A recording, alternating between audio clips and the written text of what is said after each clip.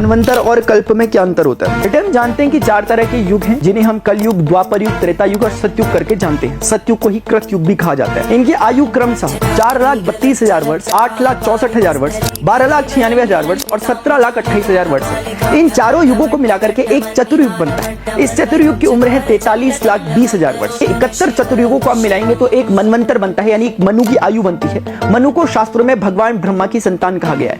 एक मनवंतर की आयु 30,67,20,000 वर्ष। इसी प्रकार से अगर 14 मनवंतर को हम मिलाएं तो एक कल्प बनता है और एक कल्प भगवान ब्रह्मा की एक दिन के बराबर होता है। हम वर्तमान में 7वें मनवंतर में रह रहे हैं, जिसके शासक मनु वैवस्वत है। बेटे जिस प्रकार से 24 घंटे में दिन और रात का एक छोटा चक्र चलता है, जिस प्रकार से एक वर्ष में ऋतुओं का एक चक्र चलता है, ठीक उसी प्रकार से युग, चतुर्युग, मनवंतर और कल्प भी समय की ही एक इकाई है। हम कह सकते हैं कि इनकी क्या उपयोगिता है। जिस प्रकार से एक भौतिक शास्त्री समय की इकाई के रूप में एक वर्ष को, एक दिन को, एक घंटे को, एक सेकंड को, एक मिनट को, एक आर्क मिनट को, एक आर्क सेकंड को लेता है, ठीक उसी प्रकार से प्राचीन भारतीय वैदिक वैज्ञानिकों ने भी समय की इकाई के रूप में इसे चुना, जो कि एक बृहद इकाई है। अगर इसे समझ पाने में आज हम अक्षम हैं, तो ये हमारी लिमिटेशन है, उनकी नहीं।